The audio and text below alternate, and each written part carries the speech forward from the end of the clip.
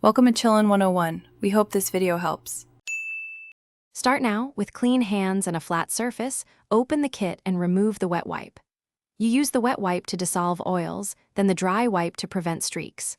Once done, hold the tempered glass by the edges and align it to your phone's camera, speaker, and bezel.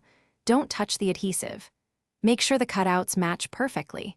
If not, reposition and recheck alignment before you proceed to the next step. Lower the glass slowly using a hinge of tape or a single steady drop from one edge so you control placement. You want gravity to seat the glass. Once it touches, press the center gently to let the adhesive spread outward and bond. Then, using the included squeegee or card, push remaining bubbles toward the edges in smooth strokes. If a stubborn bubble stays, press gently but avoid lifting the glass more than once to prevent dust entry or misalignment. Finish by peeling off any top protective film and checking touch responsiveness and edge adhesion. You should feel even contact across the screen.